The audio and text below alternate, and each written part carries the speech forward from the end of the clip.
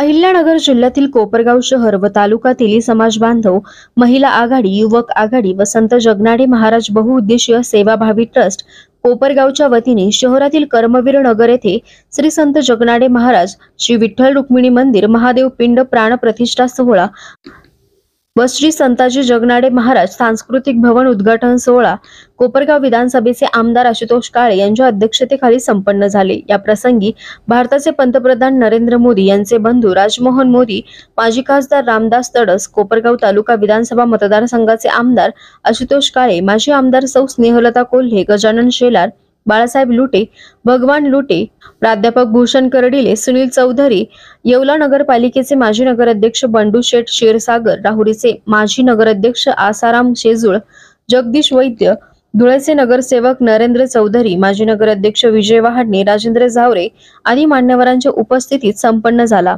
यावेळी हजारो भाविक भक्तांनी प्राणप्रतिष्ठा सोहळ्यासाठी हजेरी लावत दर्शनाचा व महाप्रसादाचा लाभ घेतला आहे।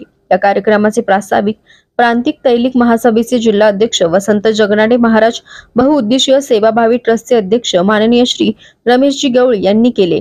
दरम्यान या प्राण प्रतिष्ठा व उद्घाटन सोहळ्याच्या निमित्ताने श्री संत जगनाडे महाराज श्री विठ्ठल रुक्मिणी यांच्या मूर्ती व महादेव पिंड यांची शहरातून भव्य मिरवणूक काढण्यात आली होती। तसेच दुसऱ्या दिवशी हबप कृष्ण महाराज हजारे यांचे कीर्तन व महाप्रसाद, तिसऱ्या दिवशी गणेश पूजन, पुण्यवाचन, वास्तुपूजन, वास्तुशांती, शांतिक पौष्टिक हवन व आज चौथ्या दिवशी पहाटे देवता उत्थानात पिंडिक स्थापन, शिखर प्रतिष्ठा, प्राणप्रतिष्ठा, अभिषेक, पूजन, उतारांग, हवन, बलिदान, पूर्णहुती, महानैवेद्य व महाआरती आदी धार्मिक कार्यक्रम व हबप रामायणाचार्य सोमेश्वर महाराज गवळी वैष्णव सेवा आश्रम शेवगाव यांचे काल्याचे कीर्तन होऊन प्राणप्रतिष्ठा व उद्घाटन सोहळा संपन्न झाले। सदर कार्यक्रम यशस्वी होण्यासाठी ट्रस्टचे अध्यक्ष माजी नगरसेवक रमेश गवळी, सचिव सुमित सोनवणे, खजिनदार राजेंद्र राऊत, विलास वालझडे, राजेश वालझडे, प्रमोद कवाडे, चंद्रकांत मोरे, राजेंद्र राऊत, गोरख देवडे, अमोल महापुरे, ज्ञानेश्वर लोखंडे, संतोष सोनवणे, राजेंद्र सोनवणे, रामदास गायकवाड, गणेश सोनवणे, रवींद्र राऊत, भगवान आंबेकर, काशीनाथ चौधरी आदीसह कोपरगाव शहर व तालुका तेली समाज बांधव, महिला आघाडी, युवक आघाडी व संत जगनाडे महाराज बहुउद्देशीय सेवाभावी ट्रस्ट यांनी विशेष परिश्रम घेतले आहे। या निमित्ताने समाजाचा राज्यव्यापी तेली संवाद मेळाव्याचे आयोजन करण्यात आले होते। कोपरगाव एक्सप्रेस न्यूज साठी सुनील ससाने, कोपरगाव।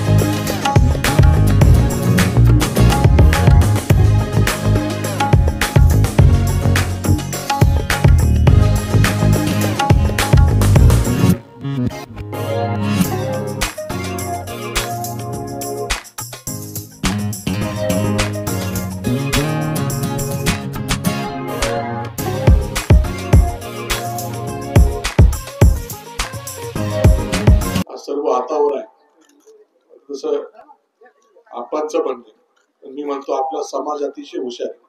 कारण की पूर्वी आपल्या समाजाचा जो काही पारंपरिक व्यवसाय होता तो प्रत्येक घरापर्यंत जाऊन किचन पर्यंत प्रत्येक महिलेपर्यंत आपल्या सर्व समाज बांधवांचा संपर्क होता आणि मग आपल्याला प्रत्येक घरामध्ये काय चालतं याची चांगली त्या ठिकाणी माहिती असते. आणि म्हणून या ठीक आहे, आता पारंपरिक व्यवसायापासून बरेच लोक इतर व्यवसायामध्ये गेलेले तरी देखील प्रत्येक ज्या काही व्यवसायामध्ये आपण उतरतात किंवा व्यवसाय करायचा विचार करतात त्या प्रत्येक क्षेत्रामध्ये आपण चांगल्या पद्धतीने यशस्वी झाल्याशिवाय राहत नाही. आणि आपल्या समाजामधले मी पाहिले पत्रिकेमध्ये इतके लोकप्रतिनिधी आहेत.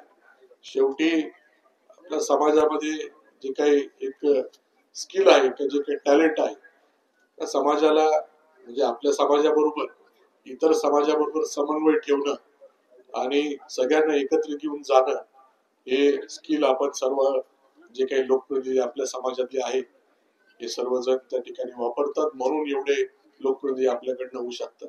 आणि त्याचं उदाहरण म्हणजे रमेश आप्पा आहे. म्हणजे प्रत्येक गोष्टीचा एवढं फॉलो म्हणा बारकाईने विचार म्हणा या निमित्ताने करत असतात. म्हणजे सांस्कृतिक भवन असू वॉर्डातलं काम असू त्या ठिकाणी ते करत असतात. म्हणून हे उपजत गुण आपल्या समाजामध्ये आहे. मी आपल्या मनापासून कौतुक करतो आणि आपल्या सर्व कार्यासाठी कायम आपल्या बरोबर राहण्याचं मी या ठिकाणी शब्द देतो. तर निश्चित या राहिलेल्या कामासाठी ज्या ज्या वेळी आपण साहेब म्हणाल त्या वेळी आपल्या सोबत आपल्या बरोबर जिथे कुठे आपल्याला विधान परिषदेचे मेंबर्स असतील राज्यसभेचे असतील ज्या मेंबर्स कडून आपल्याला निधी आणता येईल तिथे मी आपल्या सोबत सतत राहील. आणि आपल्या समाजामुळे खर तर देशाचे पंतप्रधान जे आज या देशाला प्रगतीपथावर घेऊन चाललेले आहे ते आपल्या समाजाचे एक वैभव आहे असं मी म्हणतो. आणि पंतप्रधानच काय आमच्या भारतीय जनता पार्टीचे प्रदेशाध्यक्ष म्हणून बावनकुळे साहेबांनी अतिशय उत्तम असं काम केलेलं आहे. त्याचबरोबर आज सगळ्यात असं अतिउच्च असं महसूल खातं त्यांच्याकडे आहे. आणि म्हणून एक भूषण असतं समाजाला की आपल्या तेली समाजाचे जे जे काही राजकीय क्षेत्र असेल सामाजिक क्षेत्र असेल आध्यात्मिक असेल कुठल्याही क्षेत्रात उद्योग व्यवसाय असेल आपल्या समाजातली व्यक्ती पुढे चालली पुढे असेल तर निश्चित त्याचा आपल्याला सगळ्यांना सार्थ अभिमान असतो. त्या पद्धतीने आमच्याकडे बरेचसे आमचे जे काही राजकीय सहकारी आहेत ते सगळे समाज बांधव आम्हालाही वेळोवेळी मदत करत असतात. त्यांची मदत आपण इथे या भवनासाठी या सांस्कृतिक भवनासाठी निश्चितच घेऊ. संताजी जगनाडे महाराज यांच्याबद्दल आपण सगळ्यांनी ऐकलं. मी तर म्हणते एकच उदाहरण असं की ज्याच्यासाठी स्वतः स्वर्गातून स्वतःचे गुरु पृथ्वी तलावर आले असं एकच उदाहरण असेल. आणि त्यांच्या 3 मुठी शरीरावर जेव्हा त्यांच्या पार्थिवावर 3 मुठी माती पडली त्याच्यानंतर त्यांचं शरीर त्यांना खऱ्या अर्थाने त्यांचं शरीर अनंतात विलीन झाले. तर असं कुठं आपल्याला ऐकिवात नाही. पण या ठिकाणी रमेश सारखा एक कार्यकर्ता जेव्हा तयार होतो समाजाचा त्यावेळेस समाजाचा चेहरा मोहरा बदलून देण्याचं काम त्यांच्या माध्यमातून होते. ते त्या ठिकाणी रमेशदादा गवळी यांच्या वाढदिवसानिमित्त मी त्यांना शुभेच्छा देतो. त्यांना दीर्घायुष्य लाभो आणि त्यांच्या हातून समाजाचं कार्य सातत्याने घडत राहावं हीच ईश्वराचरणी प्रार्थना करतो. या ठिकाणी बंडूजी क्षीरसागर, सुमितदादा सोनवणे, राजेंद्र राऊतजी, उपस्थित सर्व बंधू आणि भगिनी, वेळ बराच झालाय. मलाही असं वाटलं की 10 वाजताचा कार्यक्रम 11 वाजता, पण आम्ही वाट पाहून राहिलो. कार्यक्रम काही व्हायला तयार नव्हता. परंतु आता कार्यक्रमाचा समारोप आता होत आहे. बंधूंनो, महाराष्ट्र प्रांतिक तैलिक समाजाच्या माध्यमातून अनेक प्रकल्प आम्ही राबवत आहे. जनगणना, जाती जनगणना व्हावी हे महाराष्ट्रातल्या आणि देशातल्या सर्व बांधवांची एक इच्छा आहे आणि त्याची सुरुवात सुद्धा गजुनानाच्या माध्यमातून या ठिकाणी झाली आहे. कारण जातीनिहाय जेव्हा जनगणना होती तेव्हा या देशात राहणारी कोणती जात किती आहे आणि त्या जातीच्या माध्यमातून त्यांना आर्थिक, ते राजकारण असो, समाजकारण असो, त्यांच्या माध्यमातून त्याला मदत मिळाली पाहिजे.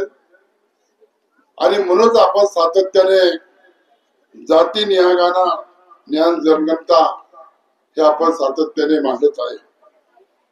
म्हणून या ठिकाणी सरांनी सांगितली गोष्ट खरी आहे का गेल्या कित्येक वर्षापासून आमची मागणी होती की संताजी जगनाडे महाराजांचा आर्थिक विकास महामंडळ व्हावं. त्या महामंडळाच्या माध्यमातून आमच्या समाज बांधवाला न्याय मिळावा. कारण ओबीसी मध्ये अनेक जाती आल्या, 20 कोटी रुपये काही पुरणारे नव्हते. आणि म्हणून खर तर संताजी जगनाडे महाराजांचा आर्थिक विकास मंडळ जाहीर झालं आणि मला वाटतं या महाराष्ट्रातल्या सर्व समाजाचे आर्थिक मंडळ सुद्धा जाहीर झाले. आम्ही फक्त 12 तासात हे महामंडळ मिळून घेतलं. मी कर्डिले सरला सांगत होतो का आता विधानसभेच्या निवडणुका आहेत आणि विधानसभेच्या निवडणुका असताना आपण थोडासा दबाव गट निर्माण करा. कारण मी पक्षाचा खासदार, माजी खासदार असल्यामुळं मी काही करू शकलो नव्हतो. आणि आपण एक थोडा त्या ठिकाणी दबाव गट निर्माण करा की हा महाराष्ट्राचा जो समाज आहे तो भारतीय जनता पक्षाच्या पाठीमागे आहे. जर तुम्ही आम्हाला यावेळेस संताजी जगनाडे महाराज आर्थिक विकास महामंडळ दिलं नाही तर कदाचित हा समाज सुद्धा दुसरीकडे जाऊ शकते. तसं पत्र त्यांनी बावनकुळे साहेबांना दिलं आणि त्यांनी सांगितलं की बावनकुळे साहेब मी जाहीर करून टाकतो. बावनकुळे साहेबांना सांगितलं की जाहीर करू नका, मला 2 दिवस वेळ द्या. 2 दिवसाचा वेळ दिला आणि महाराष्ट्रातले आपले सर्व कार्यकर्ते, सर्व पदाधिकारी नागपूरमध्ये या महाराष्ट्रातले मुख्यमंत्री देवेंद्रजी फडणवीस यांनी बोलावून घेतलं आणि दुसऱ्या दिवशी महामंडळाची स्थापना त्या ठिकाणी केली. हे खरं समाजाचं बळ आहे. समाज संघटित असला तर आपण सर्व करू शकतो. समाज संघटित असला तर आपण सर्व मागण्या मंजूर करू शकतो. आपल्याला माहित आहे डाक तिकीटचा ज्यावेळेस प्रश्न उपस्थित झाला होता, संताजी जगनाडे महाराज त्याच्या नावाने डाक तिकीट काढावी. आणि मी अभिमानाने या ठिकाणी सांगतो की पहिल्यांदा या देशाचे प्रधान राष्ट्रपती संताजी जगनाडे महाराज डाक तिकिटाचं विमोचन करण्याकरिता गोंदियाला आले आणि डाक तिकिटाचं विमोचन त्या ठिकाणी झालं. संताजी जगनाडे महाराजांचा शासकीय स्तरावर त्या ठिकाणी आर्थिक महामंडळाच्या माध्यमातून आणि संताजी जगनाडे महाराजांचा त्या ठिकाणी आपण सर्व नगरपालिका असो, जिल्हा परिषद असो, त्या ठिकाणी त्यांचा मान सन्मान झाला पाहिजे म्हणून त्याची जयंती साजरी आपण केली. असे अनेक कार्यक्रम आपण महाराष्ट्र प्रांतिक तैलिक समाजाच्या माध्यमातून या ठिकाणी महाराष्ट्र प्रांतिक तैलिक समाजाचा महामंडळ आपल्याला मिळालं. परंतु आता खरी तर मागणी आपली जास्त आहे. कारण जे ओबीसी मध्ये समाज येते सर्वात जास्त समाज हा तेली समाज आहे. आणि मग समाज मोठा असल्यामुळं 50 कोटी आणि 100 कोटीने काही होणार नाही. म्हणून 500 कोटीची मागणी आमची वाली आहे, ज्यामधून आपल्या समाजाच्या महिलाला आपण आर्थिक मदत करू शकतो, हुशार विद्यार्थ्याला स्कॉलरशिप देऊ शकतो. आणि ते काम आम्ही भूषण कर्डिलेकडे दिलं आहे. ते त्यांचे सदस्य आहे, 3 सदस्याची नेमणूक आहे आणि त्यांनाच आम्ही अधिकार दिला आहे की त्यांनी, मी एक अधिकार घेतला त्यांना सदस्य बनवायचा, आता त्यांना अधिकार दिला का 2 सदस्य तुम्ही घ्यायचा. या ठिकाणी मी सर्वांचा आभार मानतो कारण वेळ बराच झाला आहे, खूप काही जास्त बोलणार. परंतु रमेश गवळी सारखा एक सर्वसाधारण कार्यकर्ता, समाजासाठी झटणारा कार्यकर्ता, समाजासाठी वाहून गेलेला कार्यकर्ता, ज्यावेळेस आम्ही संघटन उभं केलं त्यावेळेस म्हणजे कर्डिले साहेबांचे वडील असो, हिरा काका चौधरी असो, मधुअण्णा चौधरी असो, आरटी अण्णा चौधरी असो किंवा गजू नाना शेलार असो, या लोकांनी संघटन उभं करताना खूप काही केलं. अनेक वेळा कोणाच्या शिवा ऐकल्या काय, कधीचा लाठीमार झाला सदोमऱ्याला, हे आम्ही दिवसा पाहिले. पण आज संघटन मजबूत झालं. या संघटनेच्या भरोशावर येणाऱ्या काळात आज आपल्या विदर्भातले सर्वात जास्त आमदार निवडून आले. जरी मी पडलो असलो तरी माझ्या मतदारसंघात आणि आजूबाजूच्या मतदारसंघात सर्वात जास्त समाजाचे आमदार निवडून आणण्याचं काम महाराष्ट्र प्रांतिक तेली समाजाच्या माध्यमातून झालं. आणि आज मी जे विदर्भात लोक निवडून आले, 90% तेली समाज हा भारतीय जनता पक्षाच्या पाठीमागे होता म्हणून निवडून आले, अन्यथा निवडून आले नाही. आले नसते हे या ठिकाणी सांगू इच्छितो. मी सर्वात या ठिकाणी मनापासून आभार मानतो. आपलं हे राहिलेलं स्वप्न, मी तर गवळी साहेब आपलं मनापासून धन्यवाद मानतो. वाढदिवसाच्या शुभेच्छा दिल्या. आपलं मनापासून आभार मानतो की चांगलं सभागृह तुम्ही या ठिकाणी निर्माण केलं. सभागृह हे समाजाचं व्यासपीठ राहते आणि त्या व्यासपीठाच्या माध्यमातून आपण समाजाच्या या जनतेला न्याय देण्याचं काम करत असतो. कौशल विकास योजनेच्या माध्यमात असो किंवा अजून केंद्र सरकारने महाराष्ट्र सरकारच्या योजना असो त्यांच्या माध्यमात असो, आपण सातत्याने न्याय देत असतो. मी पुन्हा मनापासून आभार मानतो. एक चांगला कार्यक्रमाला येण्याची संधी आपण दिली त्याबद्दल आम्ही या ठिकाणी सर्वांचं मनापासून आभार मानतो. बाळासाहेबांचं सुद्धा मनापासून सातत्याने फोन बाळासाहेब लुटेचा, साहेब तुम्ही केव्हा येणार? पण मी आज सकाळी तुला सकाळी रात्रीच मुक्काम आणला, सर्व व्यवस्था झाली आहे आणि त्यांच्या आग्रहास्तव या ठिकाणी संधी मिळाली. त्याबद्दल त्यांचा सुद्धा मनापासून आभार मानतो. माझ्या कोले कुटुंबीय आणि काळे कुटुंबीय नेहमी सातत्याने कोपरगाव तालुक्यातील सर्वसामान्य समाज बांधवांच्या पाठीशी उभा राहतात. आणि त्या पद्धतीने तुम्ही त्यावेळेस आम्हाला शब्द दिला. पण दादा त्यावेळेस तुम्ही शब्द दिल्याप्रमाणे ज्यावेळेस आमच्या मनामध्ये प्रश्न निर्माण झाला होता की आपण बांधायची सुरुवात कशी करायची, मुहूर्त सुरू कसा करायचा, दादा त्यावेळेस तुम्ही आम्हाला 10 लाखाचं पहिलं पत्र दिलं. त्या पत्रानं या कोपरगाव तालुक्यातील शहरातील समाज बांधवांच्या मनामध्ये अंगामध्ये एक संचारलं की आपण आता करू शकतो. तुमचं पहिलं 10 लाखाचं पत्र मिळालं. त्यानंतर दादा आम्ही वैयक्तिकरित्या आमचे काही प्रॉपर्टी असेल त्या ठिकाणी आम्ही दान ठेवल्या आणि 50 लाख रुपयाचा निधी सर्वप्रथम या कार्यालयासाठी आम्ही उभा केला आणि मग या कार्यालयाला सुरुवात केली. नगर जिल्ह्यातील असेल, संभाजीनगर असेल, नाशिक जिल्हा असेल, आमच्या सर्व समाजाचे वरिष्ठ नेते मंडळी असेल, त्या सर्वांना आम्ही विनंती करत होतो की आम्हाला या ठिकाणी कोपरगाव शहरामध्ये एक अशी भव्य दिव्य अशी वस्तू महाराष्ट्राच्या समाजाचं भूषण घडल असं भव्य दिव्य स्वरूपाचं मंदिर आणि या ठिकाणी आम्हाला वस्तूची उभारणी करायची आहे. आणि या कार्यक्रमाला सुरुवात झाली, भूमिपूजन झालं, वास्तुस्थिती आम्ही संकल्प केला होता दादा का काम चालू करायचं, पण पाया टू कळस नॉन स्टॉप आपल्याला काम करायचं, तरच काम करायचं, अन्यथा आपल्याला काम चालू करायचं नाही. दादा ज्या दिवशी आम्ही या पायाला सुरुवात केली आज तागायत कालपर्यंत या कार्यालयाचं काम चालू होतं.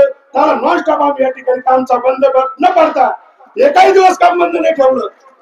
3 वर्षामध्ये आम्हाला या ठिकाणी काम करत असताना संताजी महाराजांचे आशीर्वाद आणि माझ्या सर्व समाज बांधव मायबापांचं मला असलेलं